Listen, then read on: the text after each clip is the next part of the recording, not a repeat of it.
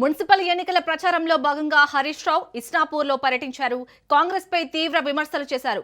కాంగ్రెస్ ప్రభుత్వంలో ఒక్క కొత్త స్కీమ్ కూడా లేదని, నెలకో స్కామ్ మాత్రం ఉందని హరీష్ రావు అన్నారు. మహిళలకు నెలకు 2,500 రూపాయల పథకానికి మంగళం పాడారని విమర్శించారు. ఇచ్చిన హామీలలో తులం బంగారం ఊసే ఎత్తరని, ఏ స్కీమ్ కూడా ఇవ్వరని హరీష్ రావు అన్నారు.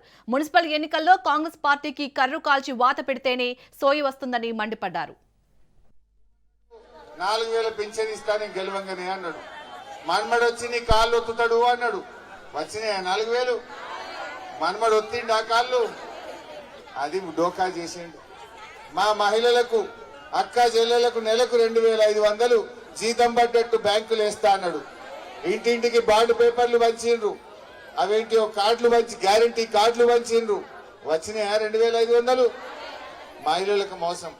నేను నిన్న తూపురాని పోయినా, ఓ పెంటమ్మ అని కలిసింది. నాకు ఇట్లే పోతుంటే చేయి పట్టుకున్నది. ఏందక్క అన్న, కాంగ్రెస్ వాళ్ళు వచ్చిన బిడ్డ అని 5,000 ఇచ్చిండ్రు అన్నది. అయ్యో మరి రేవంత్ రెడ్డి అడగోలు సంపాదించిండే పంపిండేమో తీయని నేనన్నా. లేలే బిడ్డ నేను నీయ తప్ప అంటే ఏందక్క అన్న.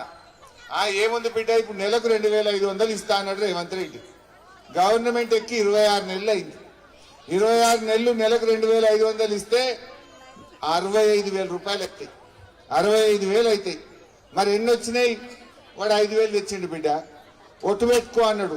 దేవుడా దేవుడా ఇది ఉత్తుతుంది అని మనుషులు అనుకున్నా. 5 తీసుకున్నా, ఇంకా 60 అడకరా పోరా అని చెప్పిందట. ఇంకా అదే పోరా తప్పుడు వేస్తా అన్నదట.